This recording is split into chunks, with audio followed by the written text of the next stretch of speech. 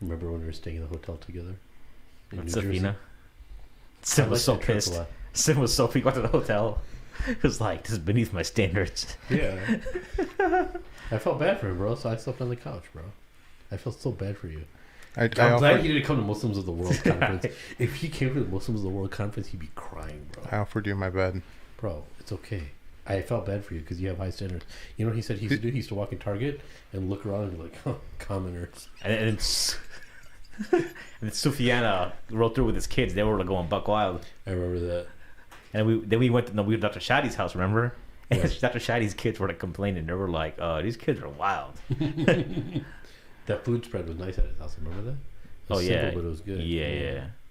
I remember that. And Sim didn't want to take his boots off, so he just prayed with his shoes on inside of his house. I was so embarrassed, bro. At Dr. Shadi's house? I Yeah. take off my shoes?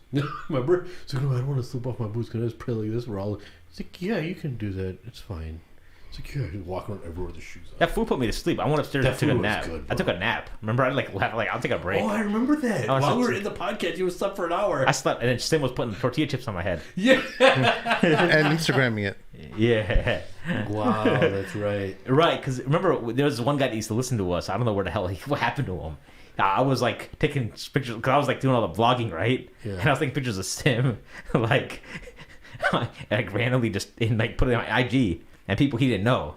And so somebody told him hey man, Maheen's been free. No, I was using a Mad Mamluks account. 'Cause I used to have access to the IG account for Mad Mamluks, and I was posting the IG story. All right, that's kind of crazy. Yeah. Here we go. Fun trips. We gotta do that again. We should. It's really nice, man. Inshallah. Even during COVID, who cares? Let's do it. COVID's here to stay. Assalamu alaikum and welcome to the Mad Mamluks podcast. My name is Sim. Along with me are my co-hosts, Sheikh Amir and Maheen. Before we get the show started, make sure you guys take a look at that like button. Give it a rear naked choke. Smash that like button. Help us out on patreon.com/themedmamluks. And don't forget to leave a comment in the comment section below with your thoughts related to the episode. Sheikh, it's been a long time. It's been a week. Oh yeah, I should have remembered. You were wearing your red, white, and blue outfit. You were in full 9/11 spirit. Not actually. I got it on sale, bro. You got, At JCPenney. I was in the clearance rack. but you wore red, white, and blue It was unintentional. in the week of 9/11 anniversary. Yeah, it was unintentional. But Did you do your penance? no. Some I whipping. mourned the next day. Some whipping in the back. No. I mourned the next day. September 12th was the day where the onslaught of the Muslims began. Do you guys As ever? the war on terror.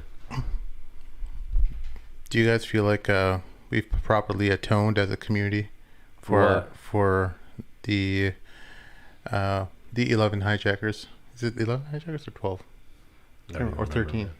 That's Saudi Arabia's problem, man. They're the ones that did it. Why we blamed for it? Yeah, but I'm saying Oh, it doesn't matter. I mean, that's Oh. we're all blamed for it, right? It's 20 years. Yeah, it's been 20 years. 20th anniversary. We will never forget. Yeah. Supposedly. I mean, I don't like putting anything on that day. Like, I just feel like, well, that's just. You know, I just feel like corny because it just started like a whole wave of. It's a sad day. I mean, on its own, yes, it's for, all the innocent people who died and everything. Sad, right? But for Muslims, it's particularly sad because it spawned this entire industry of people who just made careers out of Islamophobia, and they've contributed nothing but that to this community, and they've just really just made a name for themselves based on how oppressed Muslims are because of 9/11 and how bad it is for Muslims, and Like that. yeah. On that level, yeah. But yeah, bro, what have you been up to, Maheen? It's good to see you. I haven't seen you in a while. It's good to see you guys. Maheen got a haircut and he's looking groovy. You are. You look like who's that Egyptian bro from Australia?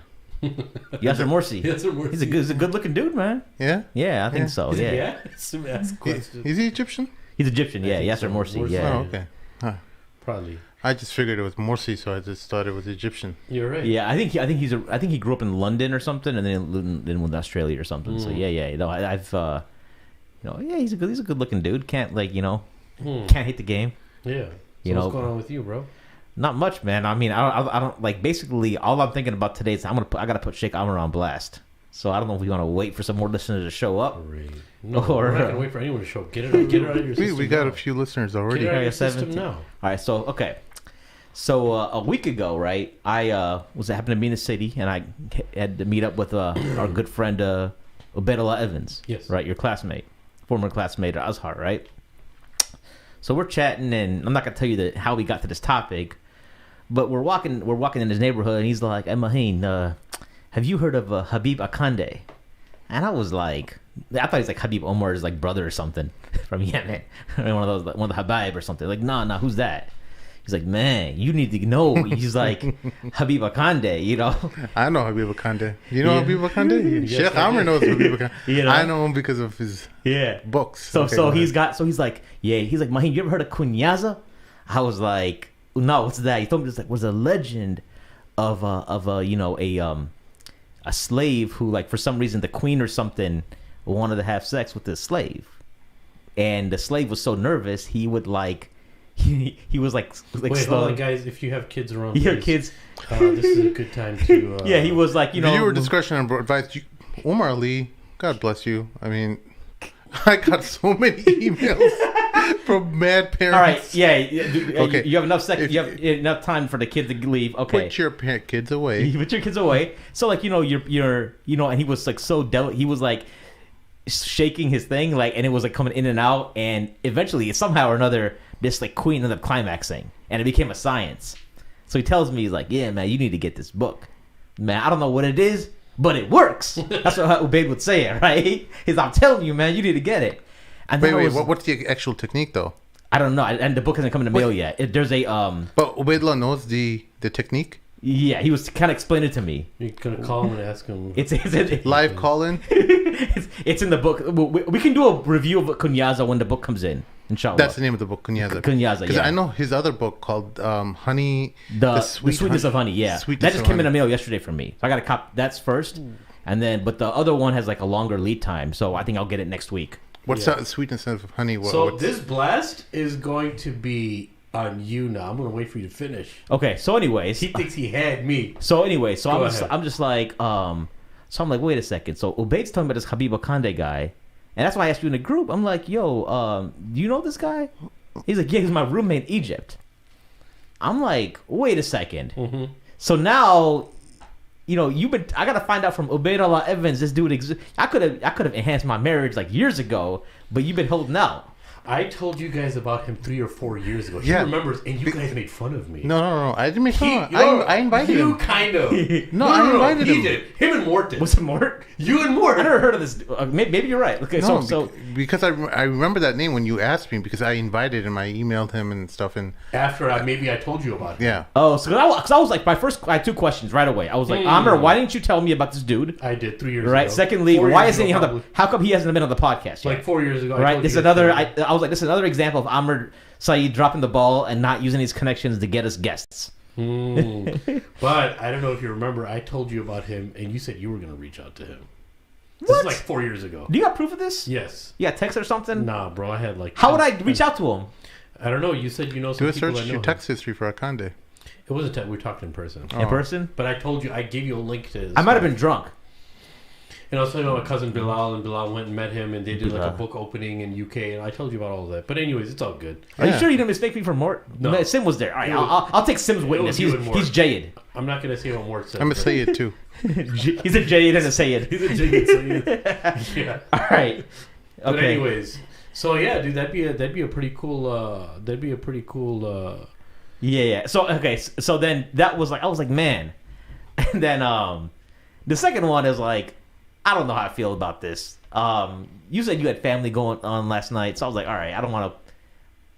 I'll be sensitive to it. I won't put you on blast on that. It's okay. No, I talked to Mike and Amir. Okay. And I said, Amir, come on, you got to come. You got to go. I actually told Mike I was going to be there. Okay, so just for the context here. So speaking of our good friend Ubaidullah Evans, I saw we're in Chicago, and there's Tatleaf has right now, I think, their main branch is in Chicago. I think the leadership's all out of Chicago, not in the Bay Area.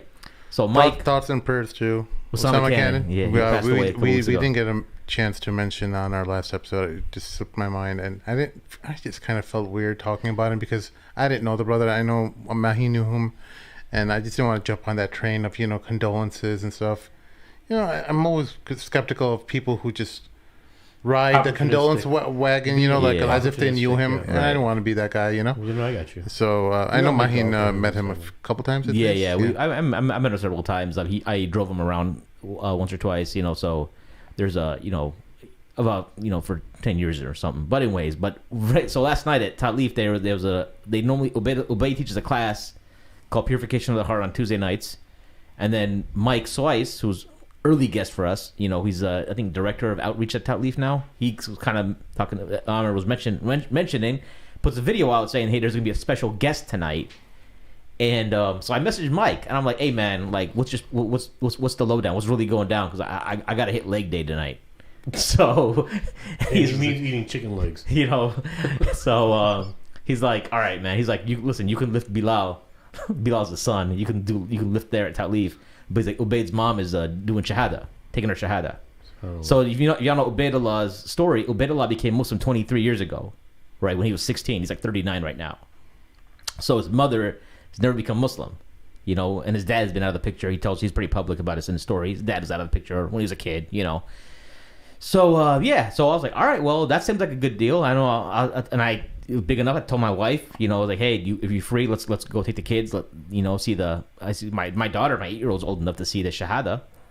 I don't think she's ever seen it. I think she just assumes everyone's a Muslim, right? So we all packed the kids up, went, and so when she walks in with a really good looking gentleman. And I was like, who is this person? I was thinking maybe it's a fiance, maybe it's a relative of some type, right? And so then Ubaid, they sit down, and Ubaid's talking about his mother, and then he's like, oh, by the way, and my brother here, who I'm gonna soon be calling daddy, And so what ended up happening is they both took the shahada, right? Because I guess they were together before. The fiance and his mother, Sheikh Ubaidullah's mother, took shahada. Right. Both of them, yes. Both of them took shahada, and then Ubaidullah did their nikah right then and there. That is so beautiful. And then we had some halal jerk chicken with some mac and cheese and some red beans and rice and this chocolate cake that was banging. And so Amir said he was going to be there. And I was like, I was looking around, I was like, where's Amir at? I'm like, come on, man. You can't be flicking on your classmate. Yeah, I know, man. I feel bad about it. I'm going to call him, though. Inshallah. You know what I'm saying? But, it was crazy. I was expecting just one shahada. We got a double shahada, a nikah, and some jerk chicken and some chocolate cake. So you can't beat that. It's pretty nice. And for those of you who don't know Ubaidullah Evans, he's a pretty well-known scholar out of Chicago. Here's a picture of him, so you guys can see. Good brother, we've had him on the show. I think the episode's called The Sartorial Scholar or something like that, yeah, because he's a man of fashion and high taste and very nice cars that he drives. Yeah, mashallah. I still have to find out how he affords these cars, but that's a story for another day. I'm still investigating. Because I remember the days when I used to drive him when he had no car, and I used to drive him from Iman to South Side all the way to his apartment on the north side of Chicago. And that was maybe 8-9 years ago. So, what if he just replies and says hard work and determination? What did you think? He's gonna be like, "What is the hard work? What is because to be able to afford some of these vehicles, man." I mean, Amir works hard. He ain't driving that. I barely work hard. You know what I'm saying? Yeah. Yo, but do you ever think about that though? I wanted to ask you. Bring nothing back up. How much do you think? I swear, dude. So you went to school with a lot of these more nationally known personalities like Ubaidullah Evans and Jamal Diwan and Yasser Fahmy, right? You've been local in your Chicago scene, Do you think about honestly? Do you think about man, I could have done I would have, because obviously there's more headaches. But headaches, yeah. But there's also financial stability and whatnot, and income and that kind of thing. Ubaid manages it really well because he has no social media, so you can't really no Twitter, no Facebook. He calls me and we'll get an update for the last 6 months on anything important that happened on social media. But what are your thoughts on that? Do you ever think Never. I mean, me personally, someone like myself, I never even thought that I'd be on a podcast, you know what I'm saying? And I don't know. I think a lot of times when you're just doing your work and you're employed by... My original idea was I just want to work for an Islamic organization and live simply. I was kind of like a minimalist in that sense. I still kind of am, a minimalist in that sense. But no, I feel really good. I think somebody needs to do what they're doing. I just don't think I'm the person for what they're doing. I have a different personality than a lot of these brothers. Some people say, oh, you got to build that personality. I don't feel the need to build that personality. That's just me. I think as long as there's a group of people doing it, that's all that matters. I think, not everyone could be a Sheikh Omar Suleiman. Not everyone could be a Sheikh Yasser Qadhi. Those guys, they work really hard to be in that arena. And it's very cutthroat, and more power to them. I think not everyone's built for it. I'm thinking about all the scholars that are in the United States and how many of them are actually at that status, right? And have that type of recognition because they worked really, really, really hard for 10, 15, 20 years to get where they are now. Have you considered going into the funeral business? No. Like, for example, there's some people who like... Some people want a specific person to read or say good things about them at their funeral. I tried to maintain a straight face. Dude, no, but I'm serious. Like that would be a good job though, because like COVID and everything going on, so many people dying. People would be definitely interested if a loved one died, and Sheikh Amir is coming with his flowery poetry, ready to ready to say some nice poetry. I'm not going to find myself like, people are dying. I want to talk at their this is capitalism, and capitalism takes advantage of people's misfortunes. I mean, everyone dies too. It's and figures out how to capitalize off of it. My mindset was always this, guys. Look, check this out. I think some of you guys are kind of like this too. Is that my passion always was teaching, regardless of who it was. I needed to... Look, the private teaching scene, it's cool, but it's not steady. And sometimes you have students, right? Maheen, you know this, bro. Sometimes you see people that have students, you have an influx of 10 students. Next month, you don't have anybody.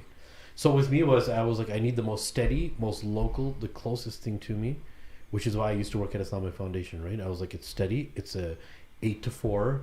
It's every day. It's 5 days a week. Summer is off. Summer's off. That's the best part. That was the beautiful part, right? In the summer, for some reason, the past years started shrinking until it became like a month and a half, But it was really, really awesome. I think I needed it. I think it had to happen. But now I'm in a completely different mindset, man. I'm in the mindset now, unfortunately, and I've been talking about this a little bit, but I'll just talk about it here too, man. I'm in that place in my life right now where I don't want to work for any Muslim organization for money. I'm burnt out, man. I've been doing it for like a while now, and for me, more power to you if you can do it. But to make a life out of it is very, very for a head of a household. It's not very sustainable for too long. You have to deal with a lot of politics. You have to deal with a lot of, borderline corruption. Let's call it like it is, corruption. And people who hold grudges and vendettas and all that crazy stuff, man. So I had to leave that. You know what I'm saying? I had to leave that and just give myself peace of mind. And I told myself, look, Umar Haqqani, he told me this a long time ago. He said, man, just do something in IT and just do whatever you can on a volunteer basis if you need to. Your Islamic work. That way you're not... And, everything happens for a reason, but... When he told me that, I was like, whatever. I was at that level. But he was way ahead of the game. Because, the thing is, you were experiencing fulfillment. You love teaching. Yeah. You loved your students. You loved being part of what you were doing. I mean, you really felt like it wasn't about the money. It was completely... And my idea was this. Satisfying. You had meaning, purpose. I think it was fulfilling on a much more deeper level. It was, but it was very, very deep level, but also the beautiful hidden agenda. And this was that how awesome would it be, the school that I grew up in, where I went to school, I was the first batch ever in that school. And that same high school would be learning things from the Azhari curriculum, right? Yeah. That's what I thought was super fulfilling. Yeah. Because that's what changed my life, right? And I really wanted to have that impact.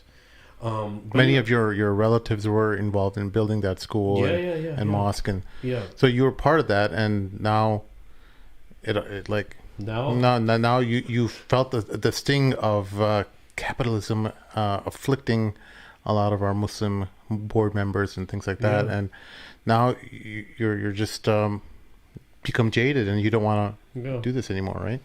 Yeah, bro. And I can't, like, physically, I'm not allowed to be on that property. Really? Really? Are you serious? A sneak peek. Me and 2 other male staff, I'm not going to mention their name, they're actually told by the... only because I talked about some corruption that I saw and some dilemmas. So you're not allowed to pray at the masjid? No, masjid I'm allowed to. School premises, I'm not allowed on the school premises. I'm asked to be escorted by the security. Oh, really? It's like that? It's like that. Well, let's just talk about Islamic Foundation No. Public then. In Villa Park. No. The masjid side is dope. The masjid side obviously is awesome. So is the parking lot off limits? Or the parking lot... I don't know. I go to the parking lot all the time just to see what will happen, you know? I was like, I got on the parking lot type thing. But don't you feel like people need to know a little bit more because it's their money? It has to be well planned out, but there's other things that are in the works, and I don't want to ruin that either. People are donating a lot of money to these organizations, and they're but I don't want to make it only about me. These entities are not being... Just hey, is Amir's mic on, by the way? Yeah. Is it? Someone was saying, hey, it feels like... It's on. Hello. 1, 2, 3, 1, 2, 3. Let's just check. Okay, here we go. 1, 2, 3. 1, 2, 3. Okay, there we go. Okay, yeah. Wait, why'd you breathe out, Leah? What happened? Ali mentioned... Ali Dia? No, Ali Maliki Click. Okay. So look, there's many people that have moved from other states to come to this school, right? So look, for me, what's so great about that school that you would want to move all the way over there? Listen. It's a central location. There's a lot of history there. But that's a very thing. That's a very thing. That what's so great about that masjid? Nobody in the community should say that if it was being run properly. Yeah. Right. It should be like, of course. I mean, why shouldn't it be better than all those masjids that are people are migrating to Texas and Dallas because of these masjids? Why shouldn't it be just like those? Right. Yeah. So that's another question. But the thing is that there's many people that move from far away. They find their identity there. They invest so much time as volunteers, as parents there. I don't want to make my experience like have some type of thing that tarnishes their Islam, you know, and some people is their link to Islam, you know what I'm saying? And for me, it's like that doesn't sit well with me that I make it all about myself, and we kind of. But some cats, like what Sim's point is, some cats don't know they got automatic donations going up in that. But they don't need to. Their children are benefiting, right? They don't need to really. Are they really? No, there's other imams. Like there's gonna be some guy they're gonna want to replace you with, right? Don't you feel like before this brother? Maybe let's say they already did. But let's say there's a brother who wants to, who's been invited to interview out of, let's say Ohio or whatever, right?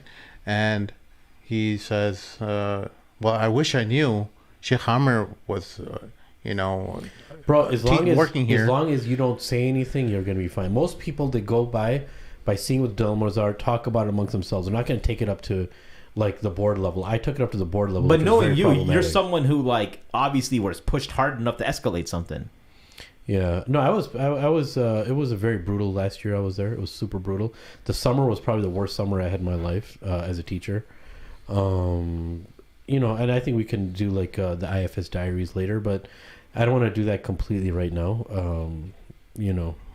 I think Well, one of the things I always think about is how these people have their hooks into us so bad. Like they think that they're the only source of income in your life. They think they're the providers of your risk. That's what they are. Yeah. So I mean, one of the biggest problems we have as people living in these Western societies, that many people around the world might be watching this podcast and looking at our problems and saying, "Oh, well, first world problems. Yeah, these guys have it good. You haven't seen real problems, real traffic that I endure day in day out."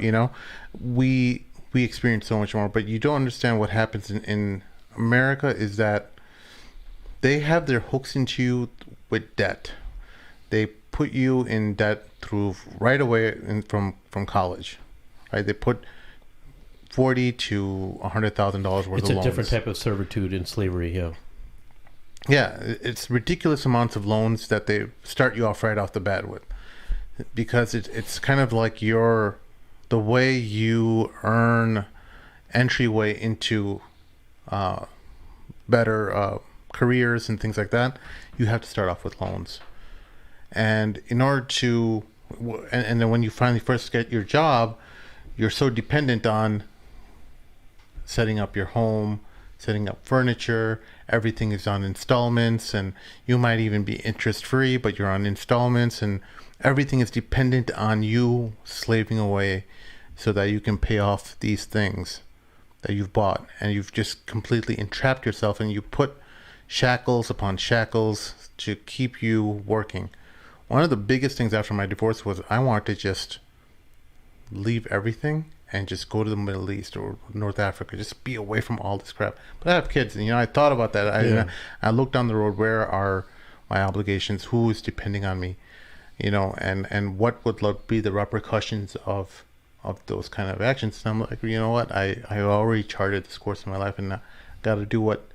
Got to own up to being a man, and providing for my kids as much as I can, and do what I can from this country. I don't have the luxury of going into some bog in Mauritania and spending my life there. There's no way. It's irresponsible of me to do that, because I would completely leave my kids without any shepherd, to guide them. And so what I was getting at was that we have our hooks into our lives. These jobs and these bosses and corporations, and debts, they know that you have to pay these debts, and that they somehow own your life. Even though you're a skilled worker, you have all this knowledge and things that you bring to society. You can't even bear to take a month off to look for a job, quit your job, take a month off to look for a job, and then land on a job. That's if you can find a job in a month, right? Yeah. Just so you're highly qualified, and people really want you. You can't even afford to do that without hurting your credit, because all these people are expecting to be paid, and you barely have enough money to liquid cash to last you. I'm not saying you specifically, Sheikh. I'm talking about in general how Americans are living right now. Of course. And people in the West in general. We're at the mercy of these people. Yeah. And we don't have that liquidity to. No, it's not only that. It comes to a level of like, and when I say the board, I don't mean like the masjid board. Right. Right. The school, even though it's one entity, you have this board for the school, which are basically, they're a part of the masjid board, but they're specifically a board for the school. They represent the school. They're chairman for the school and all that kind of stuff. This gives me flashbacks of the Dilbandi episode that we did. I think I'm going to get similar amount of phone calls now, but you guys already started it. So I'll just blame it on you guys. But I want more kids to donate to Aqsa.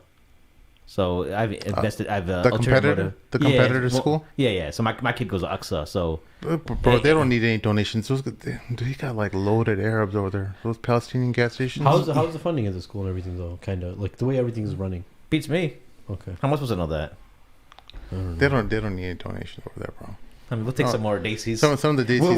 We need some more diversity in that school, man. My daughter's like the only brown kid. Let's help out CPSA. I mean, sure. I'm gonna have a Bengali daughter, doing Debka. You know what I'm saying? No, have you heard of CPSA in Lombard?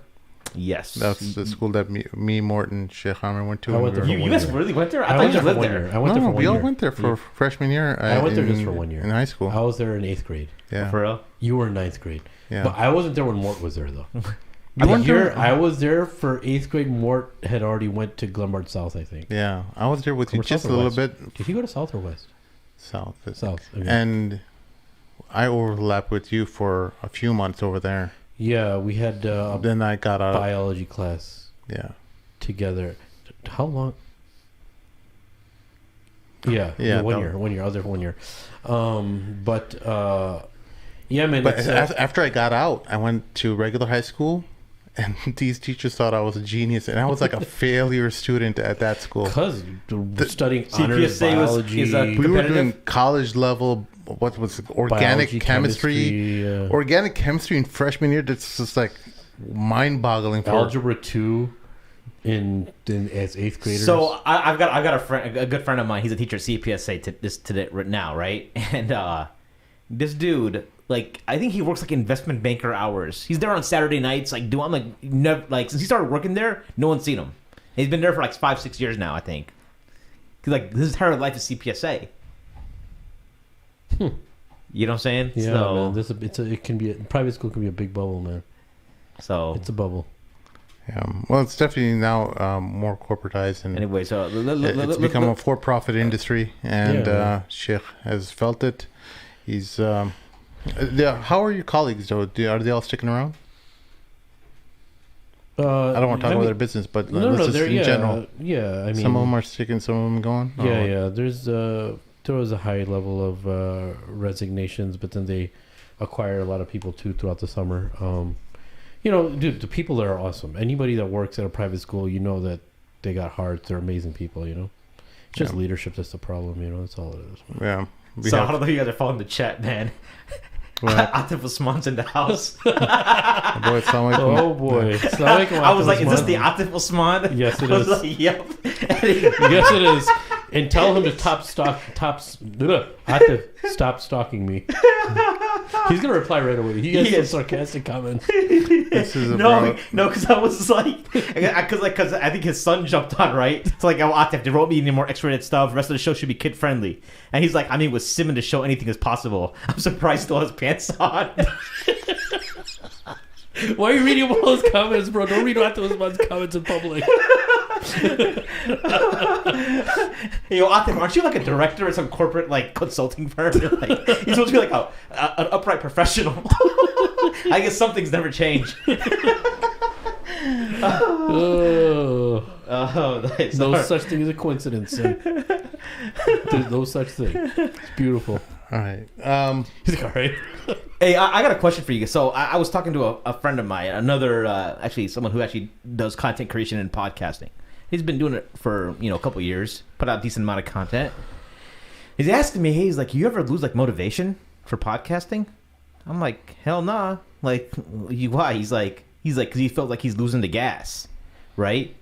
We've been going now for like 5 years. Yeah, it depends who you ask, though. No, I mean, he asked me. Meaning that is he running his own podcast? He's doing everything. Everything, yeah. Yeah, that's a question for Sim because he kind of does that. And for Salt and the Sneakers, if it was just me, it would just. You think you would have burned out by now? I would have burned out. There's a thing to working with friends. Yeah. It's you just get more energy because you know that it's not just you who's depending on you. You have other people who are depending on you, and then there's also all of our listeners and all the amazing, incredible feedback we get.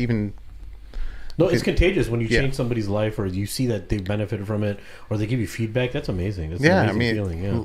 One of the nicest compliments someone has given me was that, "Hey, man, I listen to you, and I listen to you over other podcasts like the Joe Rogan Experience and other stuff." And I was like, "What? Like, I'm not even. We're not even in the same league as that, And it was just some incredibly nice people that we meet as we're just, going around, walking around Chicago, having ice cream with family or something, and you'll meet a listener and just, it's insane moments like that where you're just like, oh my God, I'm so grateful for just having this ability to speak to all kinds of different people all around the country and the world, and people are just listening. It's not super serious. Although there are serious moments, but we try to keep it light and goofy, and hopefully you have the ability to benefit your life at the end of it. And that keeps you going. That's that fulfillment. It's not the numbers, because the numbers don't really show that much. I mean, it's nice that we're going to hit 10,000 soon, inshallah. But I don't think about it. It doesn't keep me up. There's other things that me and my wife have so many different projects that we're working on. I'm super excited about. And that they're going to be more secular, or maybe they'll be more along the lines of entertainment rather than religious. We'll try to bring some religion into it, because we can't purely be secular as Muslims, and even in our entertaining things and career. Even when we're working, we try to slip in Islam to our co-workers and things like that. So Islam as an identity shouldn't ever leave us, Yes.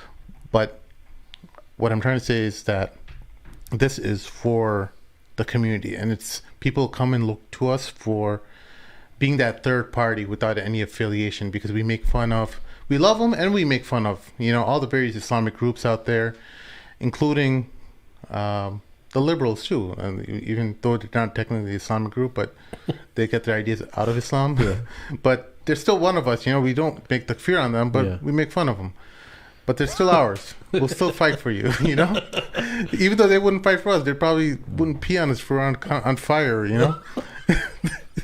But that's how they are, But this is the charm of this show, is that we upset people, but then they know that if they wanted a fair opinion on anything, that we're the only ones who would probably give fair, inshallah, that we would give the fair judgment on any matter, or at least from what is apparent. So you looked at the phone, you smiled. What happened? Nothing. I was just like gonna ask you. You remember the Atif is still going. He just because he was like, man, there are 24 whole people listening. This thing is huge. But you're one of them.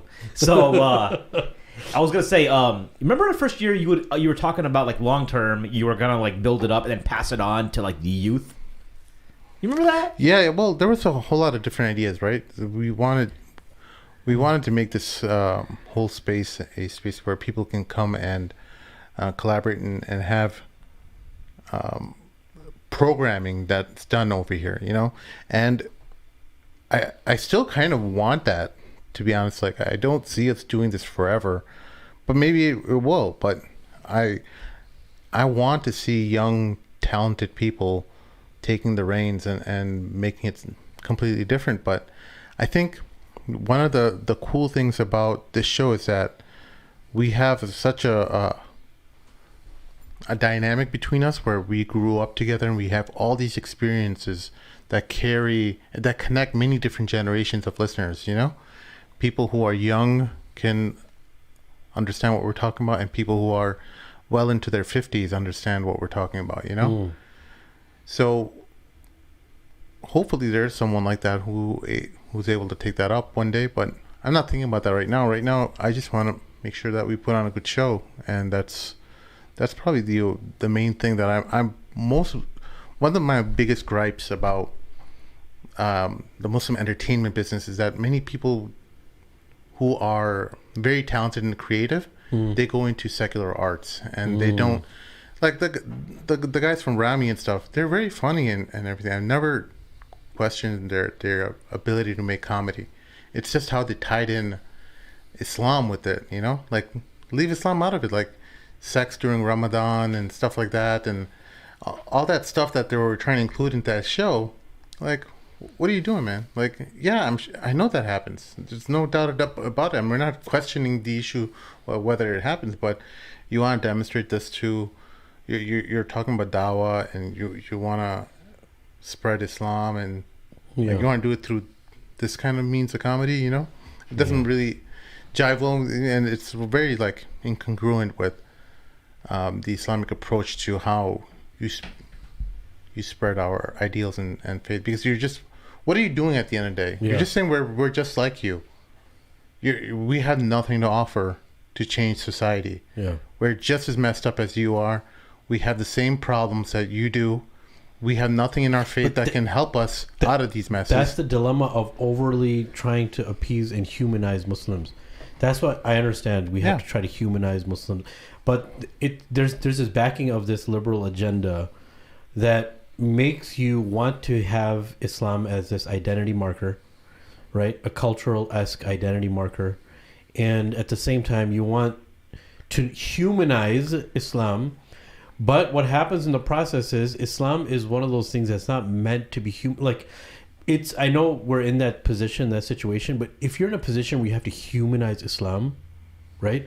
We're really, really sinking as an ummah, right? The ummah was never meant to be in a position, and if you are, it's unfortunate, and if we are, it's unfortunate, but it's and the people who are doing it, they don't realize that we're actually sinking really, really low to tell everybody, hey, we're just like you. You know what I mean? That there's no more izzah left for people as Muslims. There's no more honor and dignity left, where we have to be like, hey, we're just like you guys, I swear, just be cool with us. It's very sad, actually, to me. I get what they were trying to do in Rami and all that kind of stuff, but I don't think you guys can critique Rami because y'all didn't watch both seasons. I saw some of it, man. I saw enough to cringe and, you know. Yeah, but like I think y'all were just being like. No, I saw the first season. You saw the whole first season? Yeah, the entire first season. So to me, like I've said before, I'm a fan. The producers of Rami actually sent us the entire season before it was even released to the public. Really? Yeah. How come I didn't? I wasn't checking. Wasn't checking the email. The Mad Mamluks email until it was already out. Didn't we have somebody that was responsible for that? It wasn't any of us though. I can't remember. I think it was Max. I don't know. I'm waiting for season 3 to come out. I gotta find out when that's dropping because I binged season 2 when it dropped. I stayed up all night, just one binge. But the point is not about Rami. It's about artists, right? And creativity and the best and the most talented. Yeah. In our, it's not like Muslims are untalented or are inherently without creativity. Yeah, right. It's that our most talented people go into secular areas and they don't want to be associated with religion. They might be practicing Muslims privately, right? But when it comes to what they're really good at, what they could use to benefit Islam with, at least they don't want to be involved in that.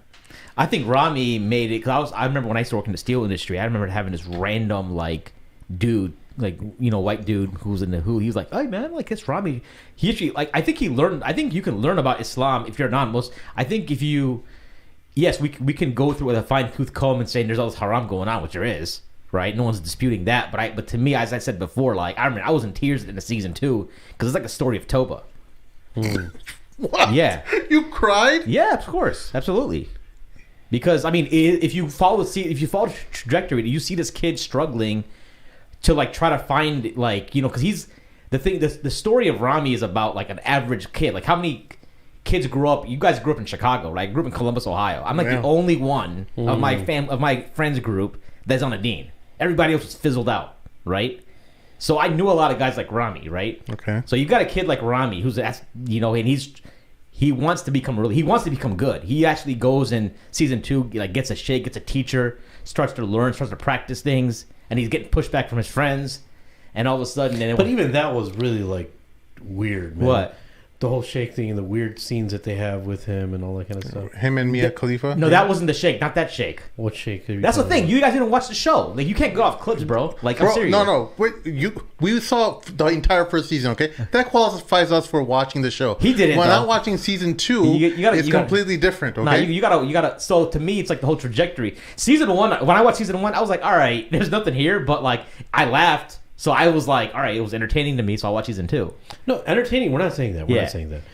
What we're saying is this, that I understand that they're trying to teach people about... I don't think that's what they're trying to... I'm not even saying they're trying to teach anyone anything. I'm saying that's how I got it. Okay. When I looked at the story, because people... You cried because you learned something and something resonated. No, because to me it was a sympathy. There was this... So the final scene is like, in season 2... So there's a season 2 where he meets this white dude, right? Who like ends up converting to Islam, right?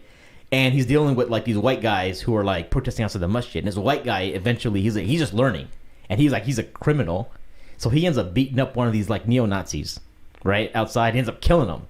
So the dude goes to jail, and so Rami's got to go pick up his car at the end. And at the time, Rami just screwed up big time. Like he just what happened was so he basically he gets a teacher, and then he ends up getting engaged and marries that teacher's daughter, right? You know, so like a proper like Muslimah. But then his ex from season 1 shows back up, right? And it's just like he's trying to avoid it. She gets invited to the wedding. He ends up like smashing her the day before the wedding because his boys are like, oh man, in Islam you can marry more than one, so you just do a polygamy thing, right? Because he's still learning. He doesn't know.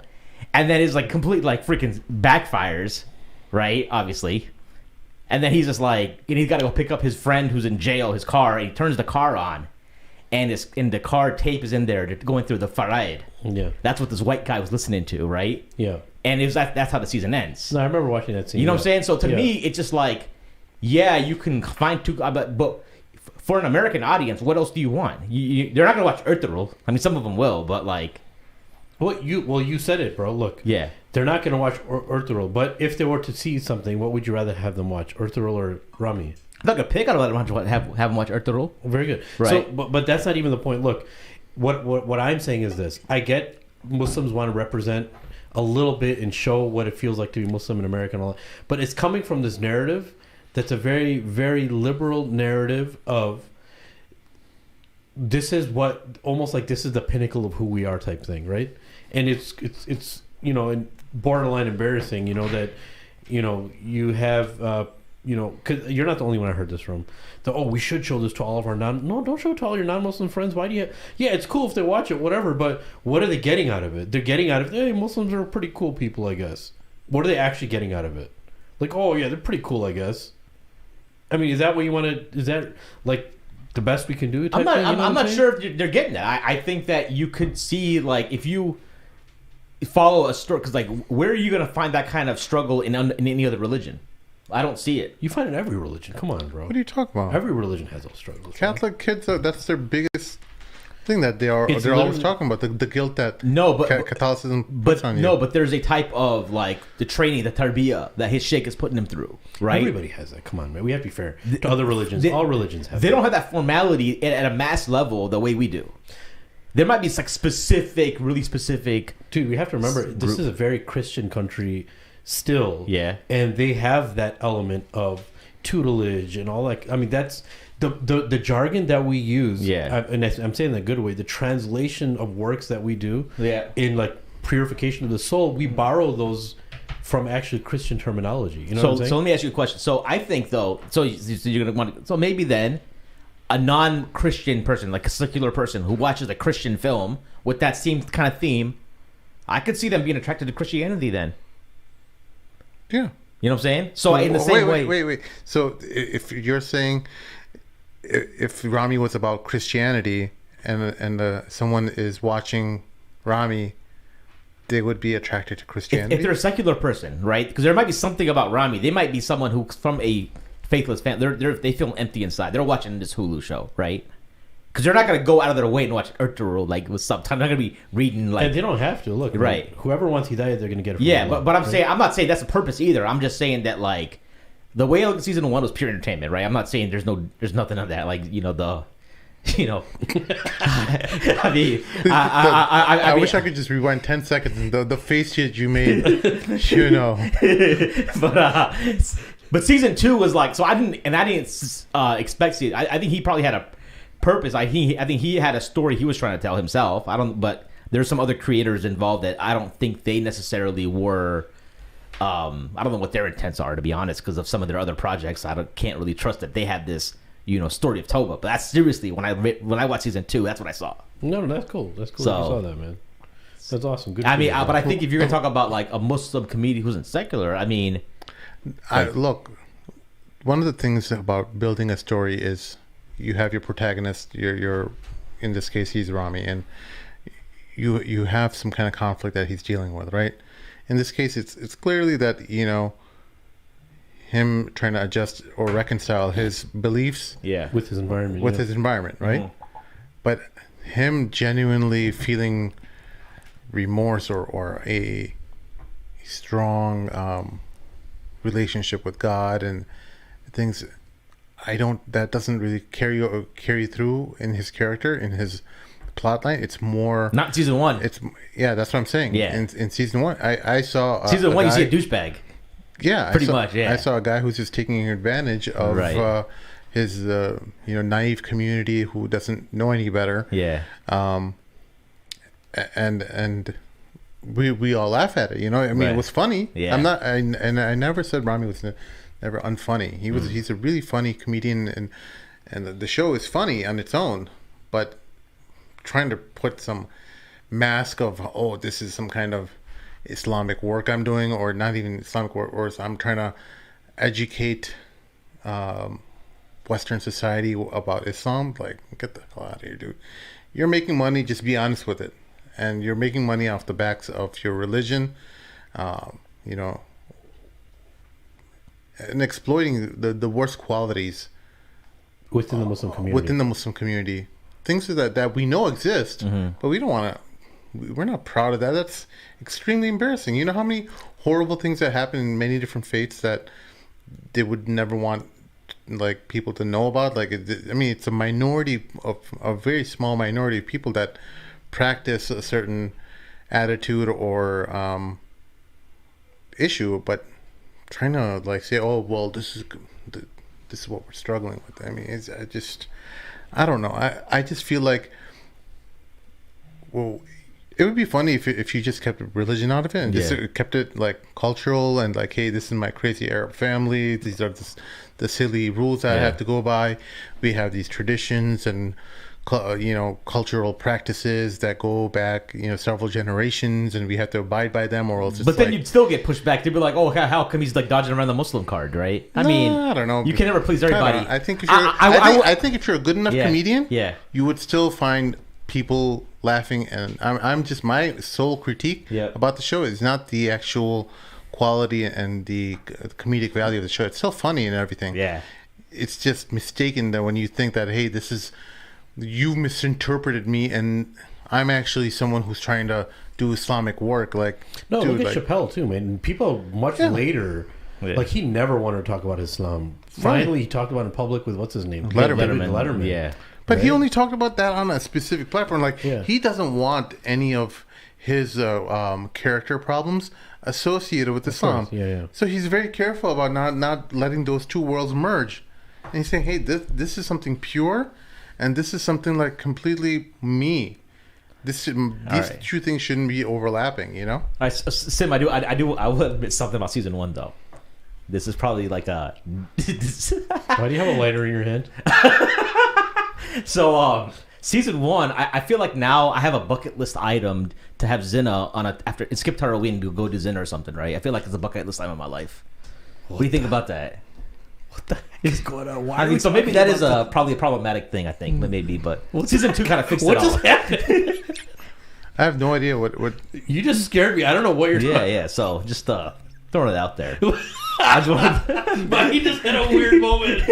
I don't know what's going on. That's one of the plot points in the show. Yeah, I know, but why is he saying now? I know a lot of people who, after that episode, they stopped watching it.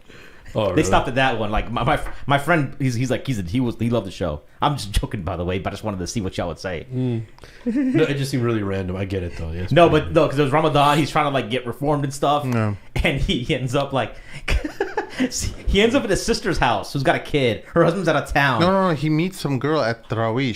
She couldn't find. Her car was double parked. Her car's double parked. Her car was double parked, and she had to get home to get medication for her son. Right? Yeah. And so he's like, I'll just walk you home, because it was night, right? And then she offered him he didn't break fast yet, right? So, she had the peanut butter and jelly, one of those snacks. The frozen sandwiches. Yeah, those are like really good. He's like, oh yeah, I forgot you didn't eat and stuff, right? And then he really broke his fast on her. You know what I'm saying? So I guess Maheen's crude humor would appeal to season 1 for sure. Yeah. So what about Mort, dude? I'm sad Mort's not here today. What's Mort? Mort's getting ready for a high court now. Mort's working on his high court position right now. Check out his Facebook. He's public about this, right? Yeah, he posts on Facebook. All right, so guys, it's not just for his friends; it's for all the public, right? Wait, correct. Let me see if I can pull it up and share. Yes, it's funny. This is so funny, bro. The high court Mort. High court Mort. Shura. Mort's not here. Forget about Shura. Let's call him High Court Mort. High Court Mort.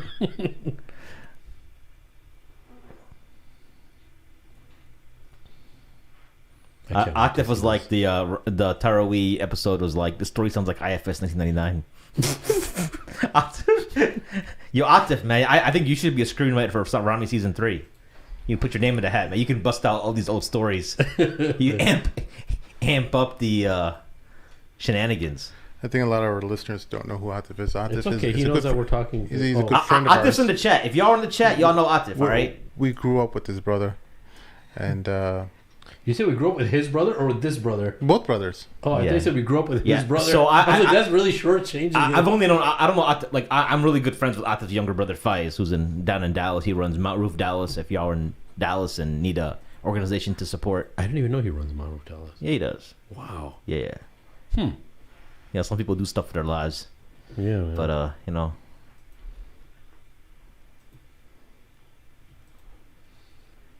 High Court Mort. Is it coming up? Pulling up. High Court Mort. This is what he gets for not showing up today. Did he even message you guys saying that he's not going to come? He probably doesn't have notifications set up like you on Telegram. Oh, no. He was making fun of me for not having notifications set up. Oh, for real? Yeah.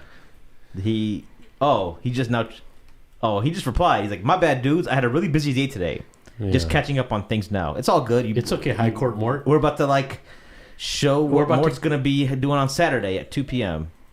Hold on. We're going to call him High Court Mort from now on, bro. We don't know you became a Qadi, dude. Along with Yvonne Ridley.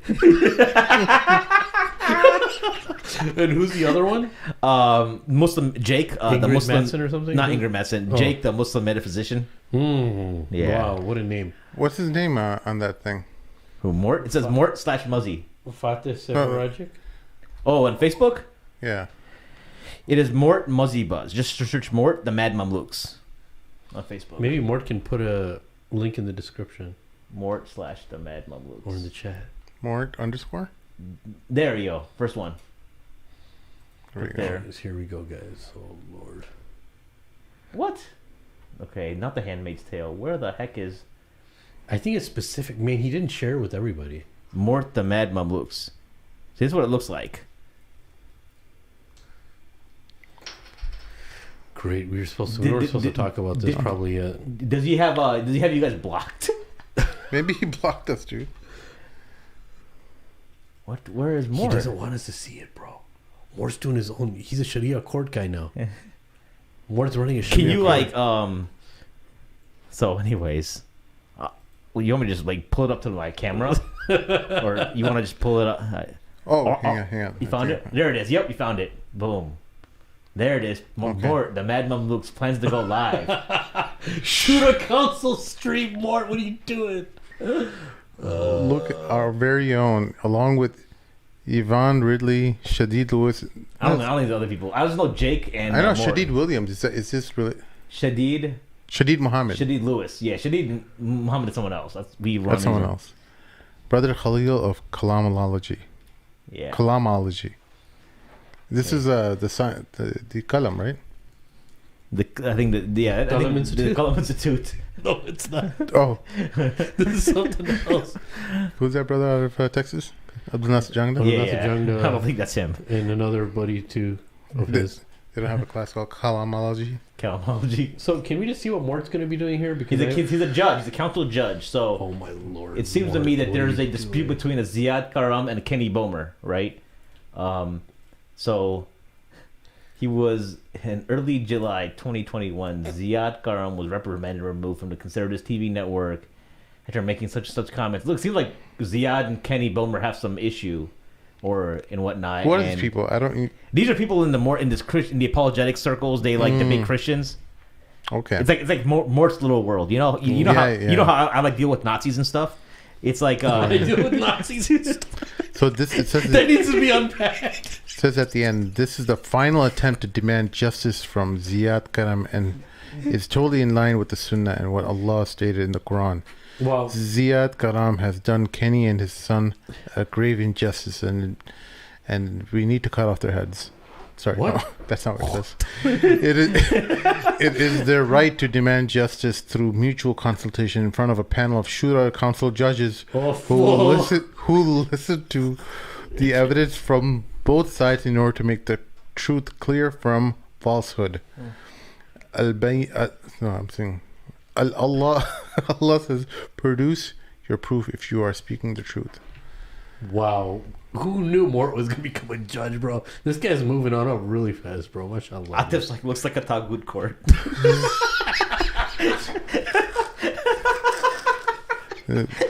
Look, first of all, it should not be Brother Mort. It should be Qadi Mort. Qadi Mort. Okay. Of the High Court. Qadi Mort of the High Court. Wow. Poor Morty's not here to defend himself. We're just making fun of him. He deserves it. He makes fun of all of us a lot. Yeah. He deserves it. Mort. Anyway, so best of luck to Brother Kenny Bomer in his fight for justice against the oppressor Ziad Karam and his Taghut family. Or whatever. Wow. There we go, Mort. I have no idea what this is about, man. It just seems like a big mess, and it's just so typical of Mort to be involved in this mess. So weird. Mort's like, hey guys, we're having a Shariah Council court. Oh yeah, who's the judges? Me, Rivon Ridley, Michael Shadid. Who else? Shadid Lewis, two Shadids.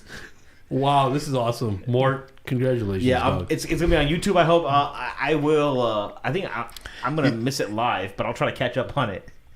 It's missing one of those old ex-retired boxers who always comes back from retirement. You just need that for the headline. Speaking of, I heard Holyfield had no business. That was so crazy. Did you see that fight? I heard Holyfield and Vitor Belfort. I heard didn't he have to go to the hospital? Bro, number one, Holyfield's 60 years old. 58. Right. Okay, sorry, 58. Dude. Yeah. No, I think he's actually hit 60. No, he's 58. He fought against Vitor Belfort. The hits that Vitor Belfort did to him. 58, yeah. Oh my God, bro. It was like he was so out of it. It's like, who told this guy to get in the ring with Vitor Belfort, dude? That's got to be illegal, man. I think Trump was an announcer too. Yeah, he was. Is there like a stream of the fight on YouTube now? Bro, Vitor Belfort is 44 years old. And that's like he's world. TRT Vitor Belfort again, bro. Yeah.